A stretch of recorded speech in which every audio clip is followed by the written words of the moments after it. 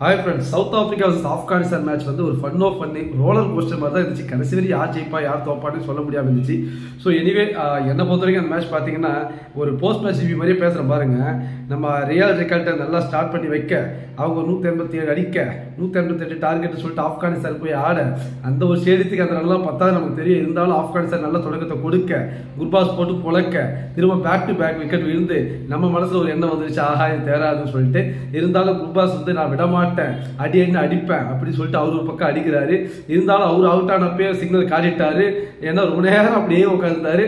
தம்பி நான் அவுட் ஆகிட்டு எடுத்து மேட்ச் முடிஞ்சு போச்சு போறவர்கிட்ட சொல்லிட்டு போனார் போல. அப்படிலாம் சொல்லியிருக்க மாட்டாரு, போயிட்டு ஏதாவது அடிக்கிறான்னு சொல்லியிருப்பாரு.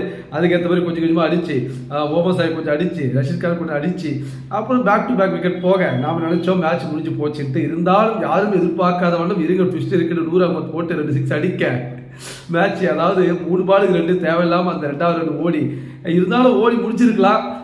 அது வந்து நான் எதுக்கு பேட் எடுத்து வைக்கணும், யாரில் தான் வைப்பேன்னு சொல்லிட்டு நம்ம ஃபருக் மலைக்கு வைக்க, அது ரன் அவுட் ஆக, திரும்ப சூப்பர் ஓவர் ஆக, திரும்ப போயிட்டு ஆப்கானிஸ்தான் ஆட 4-6 நல்லா ஓமன் சாய் ஸ்டார்ட் பண்ணி ஒரு 4-6-4 சொல்லிட்டு முடிக்க, 17-18 அடிக்க முடியாது நாம நினைக்க.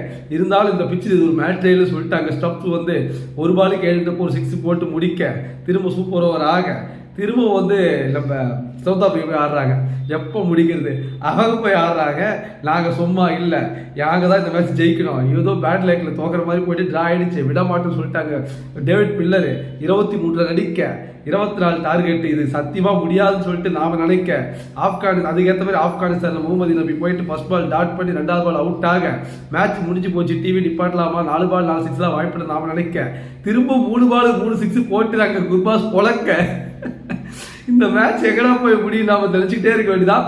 1 பாலுக்கு 6 வர, இரு தம்பி 1 பாலுக்கு 6 அடிச்சு நீ முடிச்சிடாத, நம்ம இன்னொரு சூப்பர் ஓவர் ஆடலாம், இப்போதைக்கு அண்ணன் ஒரு வைடு போட்டுக்கிறேன், நீ அடுத்த பால் 4 ஒரு தட்டிக்க, இன்னொரு சூப்பர் ஓவர் வரும், விடிய நம்ம ஆடிட்டே இருக்கலாம் அப்படின்ற மாதிரி தான் அவங்க பிளான். இந்த மாதிரி இவ்வளோ ப்ரெஷரில் வைடு போட, 1 பாலுக்கு 5 தலைவன் 1 பாலுக்கு 6 கூட அந்த பால் ஸ்ட்ரெயிட்டில் 6 அடிச்சிருப்பாரு போல.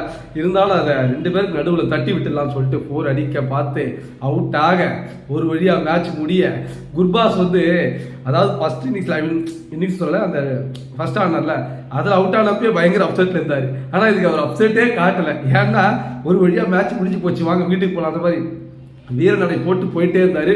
இருந்தாலும் வெல் ட்ரை குர்பாஸ் வந்து. அந்த பக்கம் சவுத் ஆஃப்ரிக்கா, எங்களுக்குன்னே வருவீங்களாடா, நாங்கள் பண்ண பாவம் தான் இல்லைடா அப்படின்னு சொல்லிட்டு தப்பி பிழைத்தோம்டா சொல்லிட்டு அவங்க ஒரு வழக்கம் போட்டு போக, ஒரு வழியாக மேட்ச் முடிய. யாரெல்லாம் இந்த மேட்ச் பார்த்தீங்கன்னு கமெண்ட்டில் சொல்லுங்கள். ரோலர் கோஸ்டர்னா ரோலர் கோஸ்டர் ரொம்ப நாள் ஆச்சு இந்த மாதிரி ஒரு மேட்ச் பார்த்து. Super match. பை.